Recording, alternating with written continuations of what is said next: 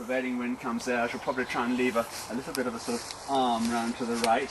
So, and they dance, they fly, and they do their bits in the morning up until about 3 o'clock in the afternoon, and they go to sleep. So all those sort of details. If we can get the sun in at this time of day, we need to take a lot of material out of the southern fringe there. We're going to leave a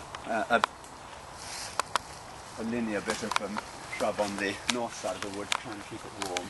It's that sort of detail we're trying to go after. And we'll certainly have to thin some of these. We'll see when we get to the area of the it looks like in the winter time, obviously. As soon as the leaves come, then it's a very different story. So this is semi-natural ancient wood that we've been here for hundreds and hundreds of years. The primary coppicing toolkit we're going to be using, and you will use other things as well. This is a 21-inch bow saw, a bill hook, Southern Counties bill hook, and your loppers. And the first rule is actually... so the rule of thumb, and be strict with yourselves, if it's bigger than your thumb, don't use loppers. Otherwise you end up doing the whole chewing thing, they get bent, they get angled, and you wreck your loppers. So it's bigger than your thumb. The other measurement is with the bow saws. One safety tip with the bow saws is, I imagine we're all used to using tenant saws, where, you know, if you're a good woodworker, you line it up and you do a good accurate cut, or in my case a curvy cut that always goes off. But with bow saws it's a very different skill, and it's a lot rougher. They can jump about a bit like that when you start, so just break your habit of using tenant saws and try and keep your thumbs and your hands away from the blade when you're working as well with bow saws. Cheat and get this wrong, and it's all about the angle, because what you want is you want a smooth, gentle curve down to the tip, like that. And if you get the angle wrong, if you have the blade, if you have the stone like that, rather than like that, you will create what we call a shoulder, and it'll go down suddenly like that, and that means that you're more likely to get chips on the edge, and it won't hold its edge, it won't hold the sharpness so well.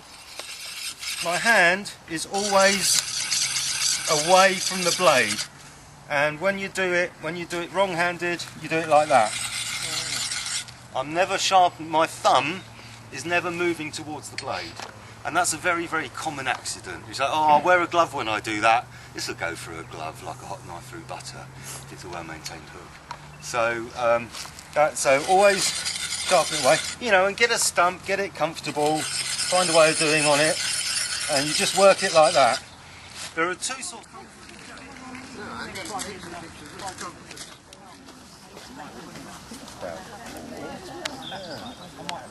We run out of light, don't we?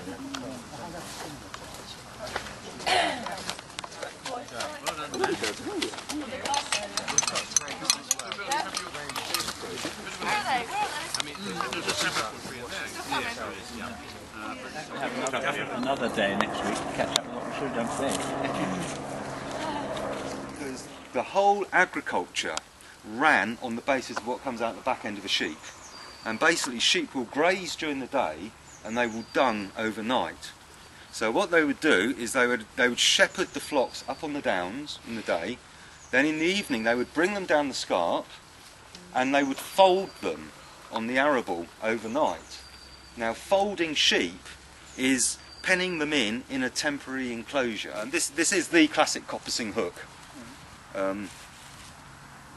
So the motion is like that, and you're just teasing it apart. The secret is to get that split going down through the middle. Yeah. So if it runs off to the side, you've lost product.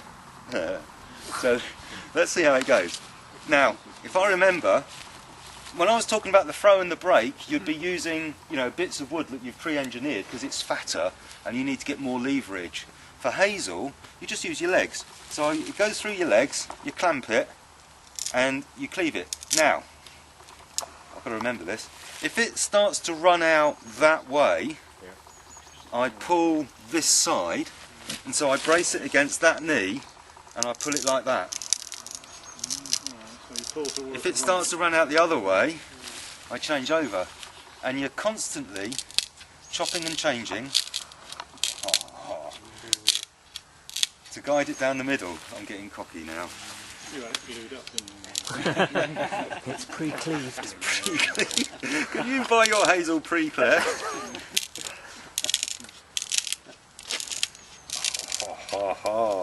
And of course it goes like this every time, and I'm not surprised in the least. You know, in safety, I'll just chip through those. But in safety terms, my hand's always above it, I'm always bracing above it, and I'm only doing that with this hand. I'm not tugging down at all. And people do cut their fingers cleaving, but that's because they ain't doing it right. Right, that is gonna run off on that knot now. I'm getting down to the really knotty, horrible bit at the end. But that was just. Well, it's getting very thin anyway. Yeah. Oh, look at that! All the way down to there. Well done. Good. So. Hey. Gone well today. So that's now a bit of wattle.